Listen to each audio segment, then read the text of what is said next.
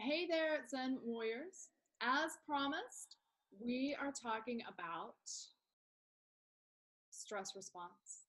And I have a very special guest for you. Her name is Diana Passari. She is the founder of Family Legacy, the creator and producer of The Parent Shift. We have been friends for some time, and through many conversations, and also being very lucky to be coached with her for my daughter, I have realized that, wow, this isn't just about me parenting my daughter, it's about me parenting myself. And there are so many beautiful gems that Diana shares with me. I thought this is extremely valuable for all of us. And so Diana has also realized this in her work, that it's less about the child and more about the adult. Mhm. So Diana's here. Say hey. Hey. Hello, hello. Thank you for having me, Christy Yeager. Yeah, I'm so honored you decided to pop in here and support us. We've been talking a lot in our group about blame and responsibility and reactions and triggers. And I know that you do a lot of work in this area, stress response. I do. Well, the truth is, right, life is really stressful. And we're going to have situations. I often say to clients, we cannot control what life throws us. We can be responsible for what we throw back. And what I realized in that was when we're in stress, and this might be new to some folks and might be old hat for others, but there's three responses, right? When we're in stress, of fight, flight, or freeze.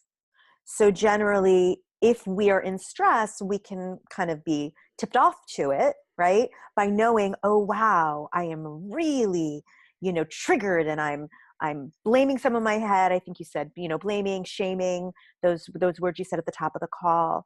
But then there's also, different responses that might not be so active, that we might not realize that we are even doing it, right? And those tend to be like the flight or the freeze. And those can be even more unconscious, right? Because they're not so active or reactive, but there's still stress responses and there's still great cost to them. Mm. Yeah. Let's talk a little bit about how those show up. Mm. So those, Yep. just an example of how that might show up, so I could learn to identify that if I wanted to. So for example, the fight, we know that would be defensive, would be one way it would show up. I'm going to fight. Hmm. Defensive, I'm right. Yes. And also, I find fight, I don't know about you, Christy, but I can find that when I just start talking to someone in my head and I'm already doing a narrative or a dialogue in my head that is proving all my points. And I can't stop talking to them in my head in ways that I'm really, finding all those ways that are kind of positioning in a fight. So I might not actually be having that conflict with somebody or saying anything, but I'm still doing it in my head, and so that's, and generally what's so interesting about the fight is, I don't know if you've ever had these moments, even where you might have, yelled at someone. Maybe, I don't know if anyone ever yelled at their partner ever in your life, right? But then after we yell, we can start feeling really bad about the fact that we did that. We start criticizing ourselves after we've, said something in a way that was just so reactive, and we feel so bad. So generally, when we fight, what the stress response turned inward becomes is self-criticism. Does that make sense? Absolutely. Yeah. Awesome. And so if I was to look at another stress response, which is flight, right?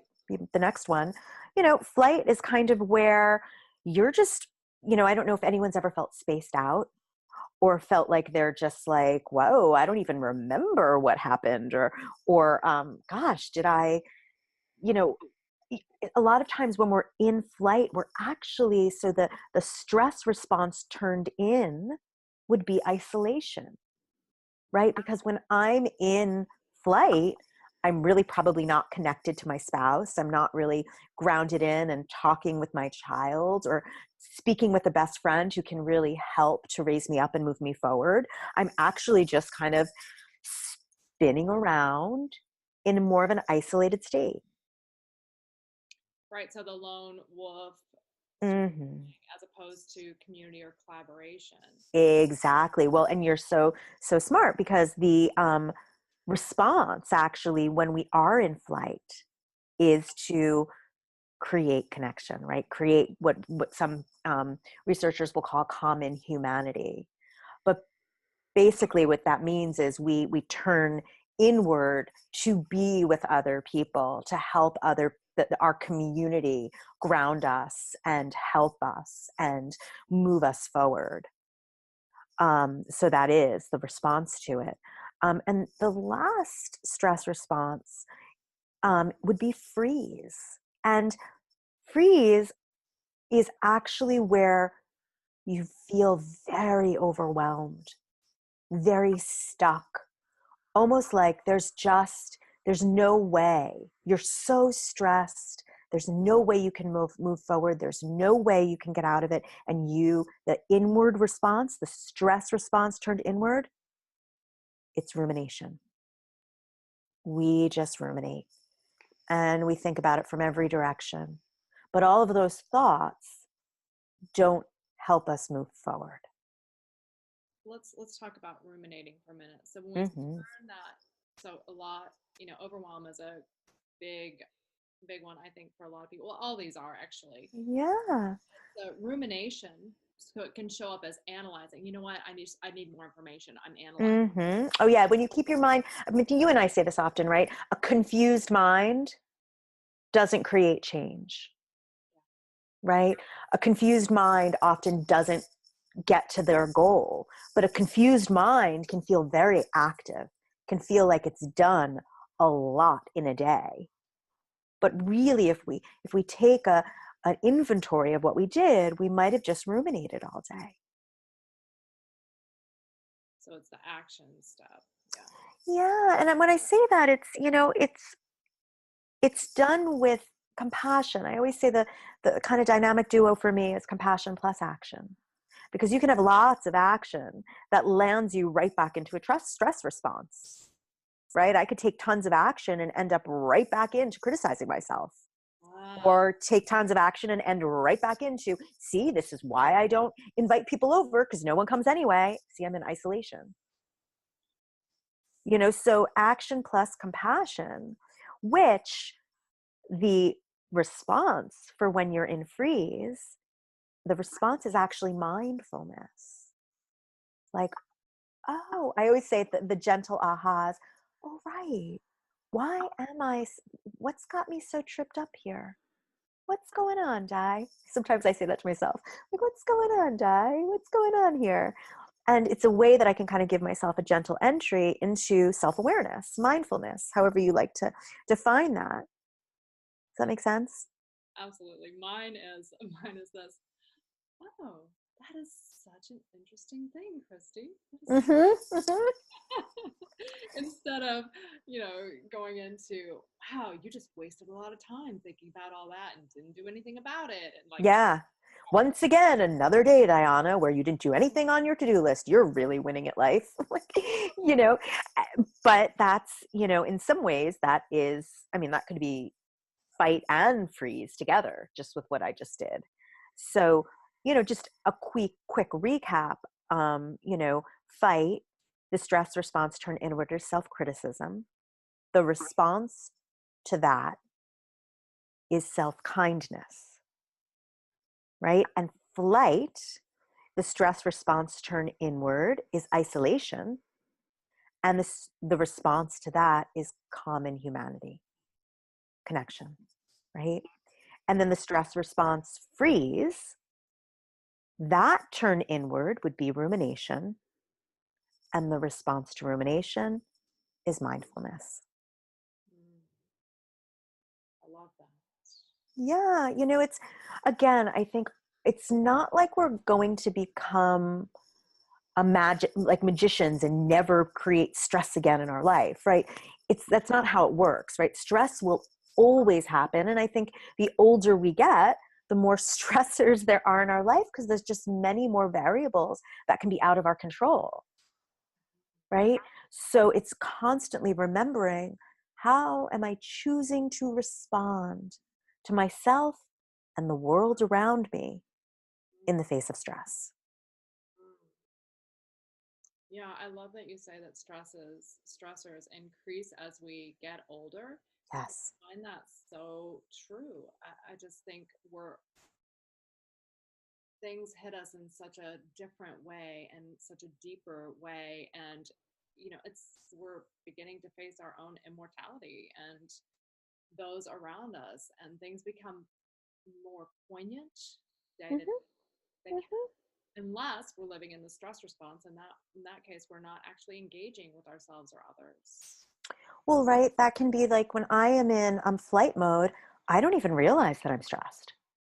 Like in some ways, it's like, oh my God, no, I'm fine. I'm fine. But I realize, okay, wait a second. I'm running a mile a minute. I'm not necessarily having any meaningful connection because I'm going so fast. And, I'm a little spacey, and it's like, oh, right. I'm stressed. Hang on, take a breath. Mm. And that's the beauty, right? You can, at any moment, when you can notice you are in your stress response, the first go to is the breath.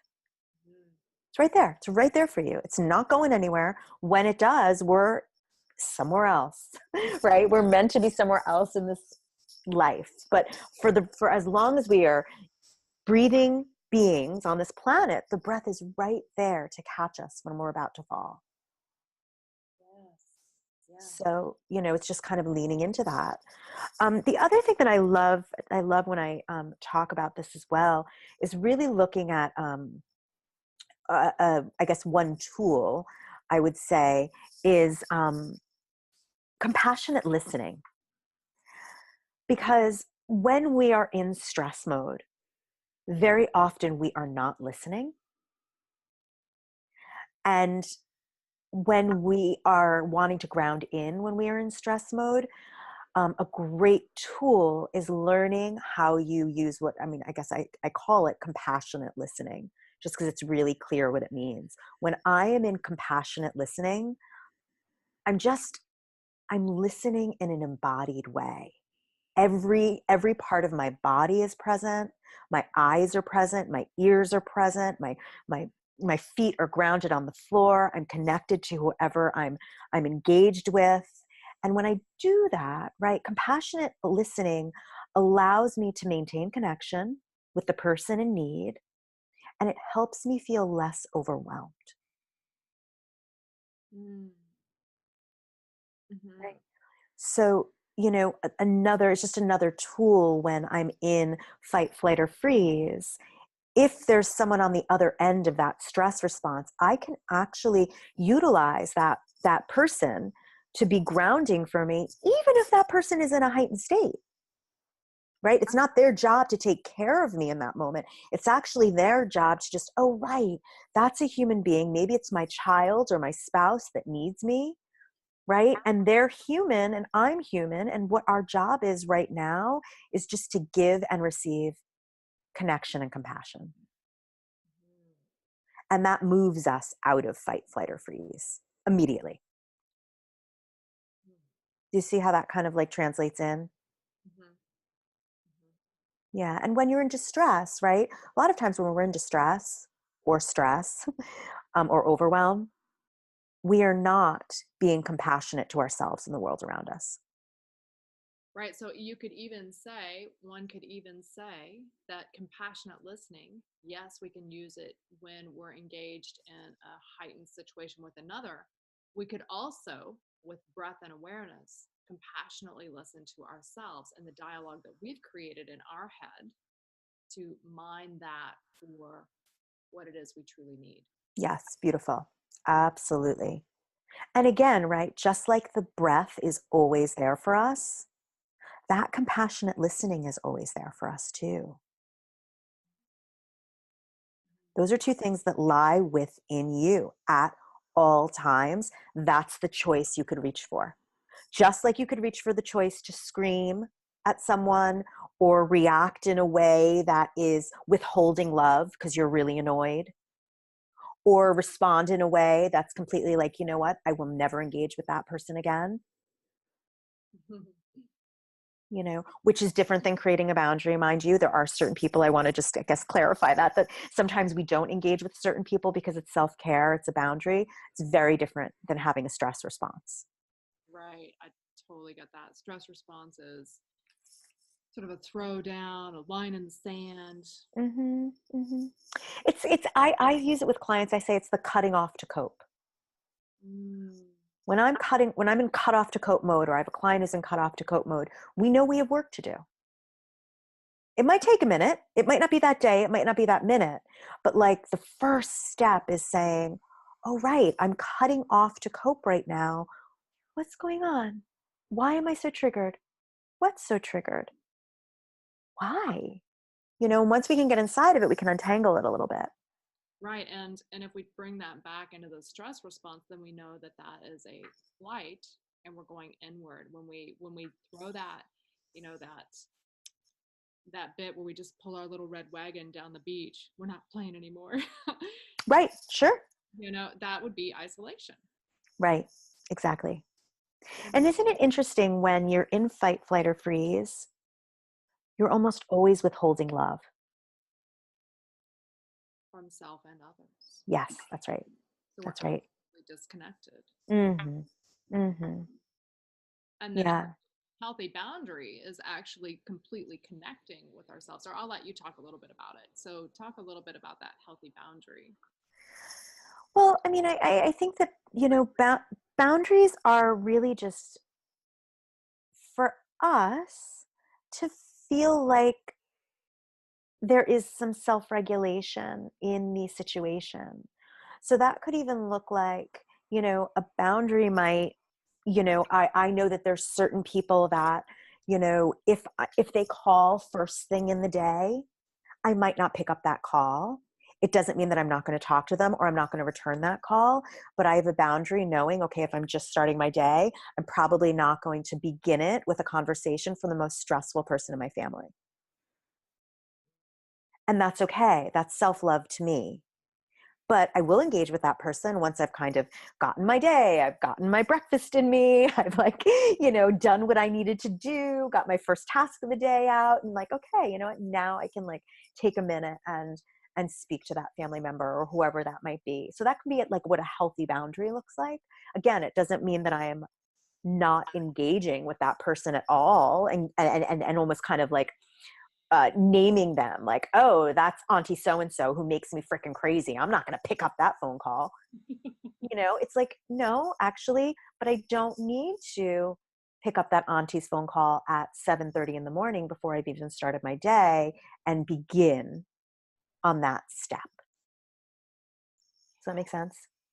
Oh, it makes absolute, total, complete sense. And you know what I love about that is that it gives us permission, and it gives us permission to take better care of ourselves, because especially as women, often without even consciously thinking of it, we're like, oh, so and so needs this, I got to take care of that.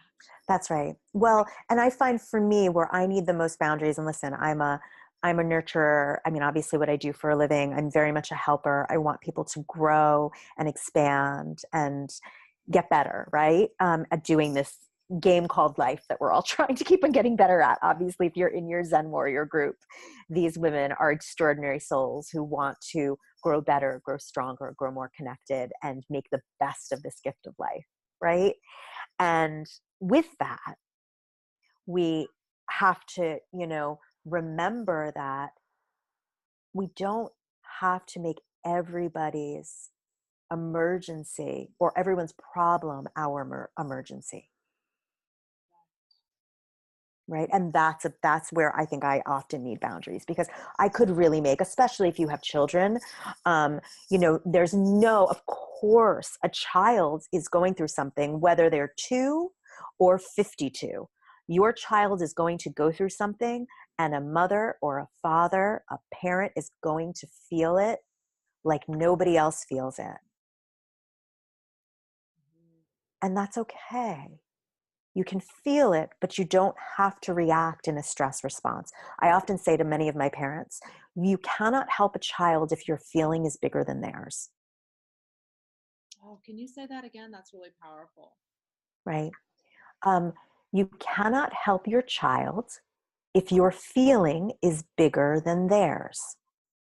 And we can replace child with anything. Our That's right. Our spouse. spouse, our best friend, our mother in law, our colleague. If your feeling is bigger than theirs, and again, it doesn't mean, right? And when I say that, I mean fight, flight, or freeze. If you're in flight, my feeling might look smaller because maybe someone's fighting me, right? They've come at me aggressive. And so I've just pieced out. Like, I'm not even going to go there, Right. right? Our feelings are both big. So we're not going to help each other in that moment. Like, let's all be honest. If my spouse is coming at me with an argument and I decide to completely freeze and just fight and ruminate in my head about this, we're probably not going to do the breakdown and repair in the relationship. Right? And that's all relationships are, right? Relationships are just a series of breakdowns and repairs. And the people who we want to choose to be in a relationship with, we choose to learn how to do those breakdowns and repairs with. But again, we can't do really good repairs unless we're responsible for our stress responses. We're even aware, right? Even aware. That's right. That's right. Because I have clients very often will say, like, I don't do conflict. I don't do conflict. And I will say, actually, you, we have to learn how to do conflict. And when I say doing conflict, I mean we deal with what's in front of us. Mhm.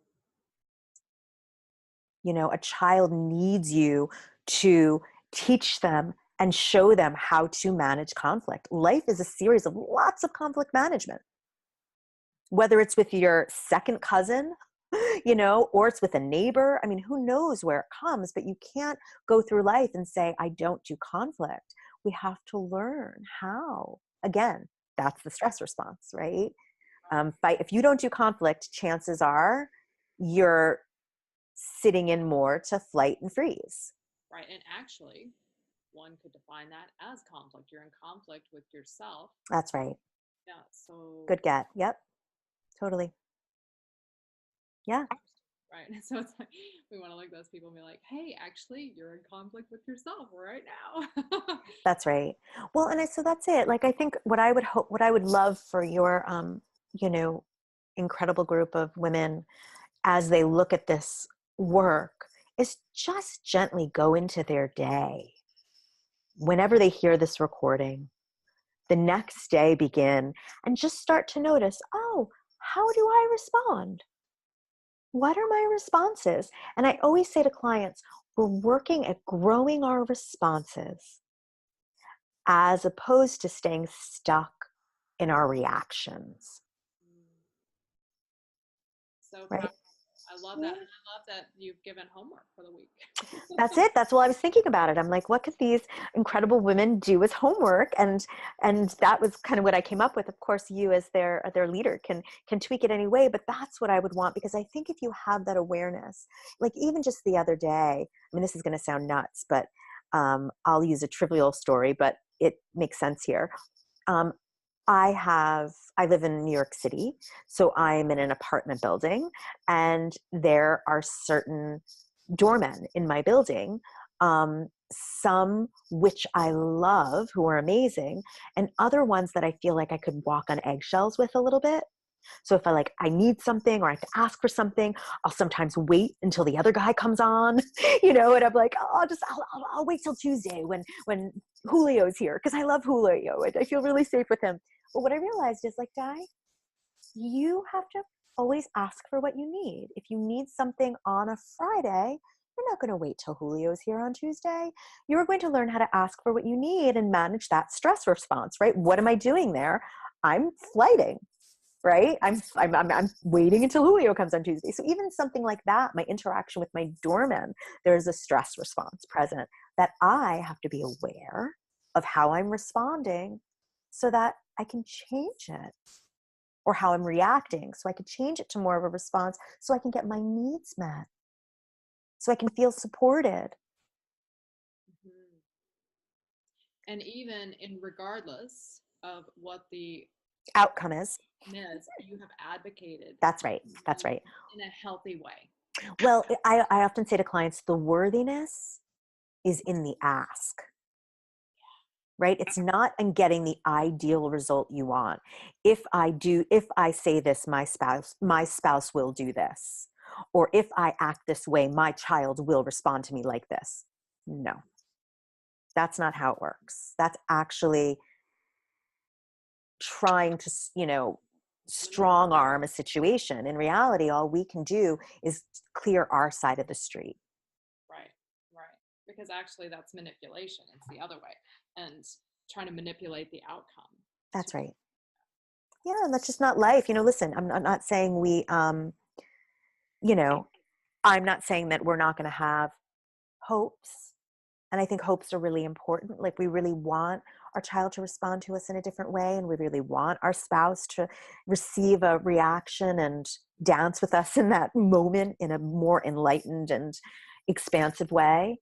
But if they don't, we can't be so disappointed that we give up. Right. Yeah, so powerful. Okay, cool. Such a great conversation. This is really a good one. I hope that everyone who's listening finds value in it, because I think it might sound really simple, but I could say this kind of work actually might have been some of the most transformative work I did in my own personal life. And I feel once I started really taking responsibility for my stress responses, my life has been forever changed. And you know what else is really powerful about that, Diana, is not only has it transformative for us individually, or those of us that choose to work on this, but also in your family legacy. So when you're teaching a parent a different response than their imprinted reaction, then actually what happens is it affects the children. They start to model a different response. The people around us, even our friends, or even at various situations when we're out and about, people will start to notice and shift their own behavior in accordance with how you're being or I'm being. Right. That's right. Especially in the family unit, as you well know, since you Mm-hmm. created and founded Family Legacy. So I'm sure you see this generationally. Mm-hmm. That's right. That's right.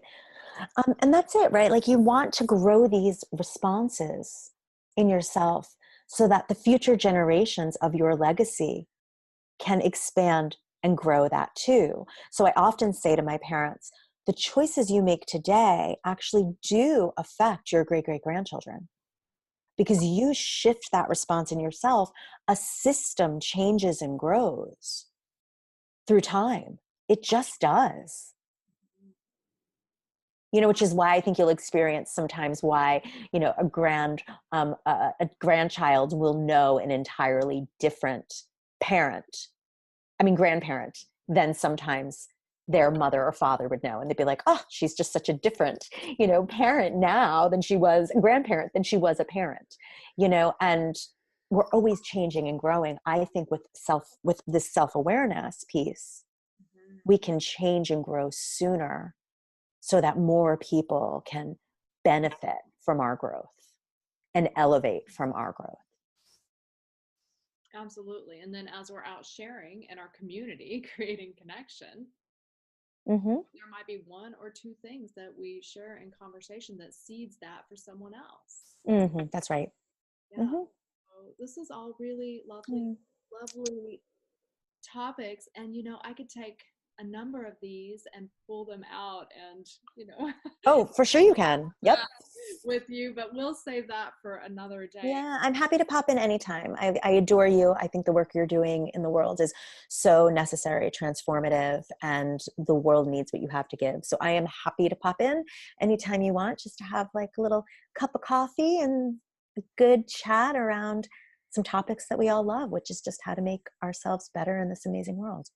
Well, thank you so much. And I will definitely share with this group how they could find you, and in the event that they want to learn more about your work. Wonderful. Yes. Thank you, Christy Yeager. Have a beautiful day, and beautiful day to all you Zen warriors. Thank you so much. All right. Thank Okay. you. All right. Bye-bye.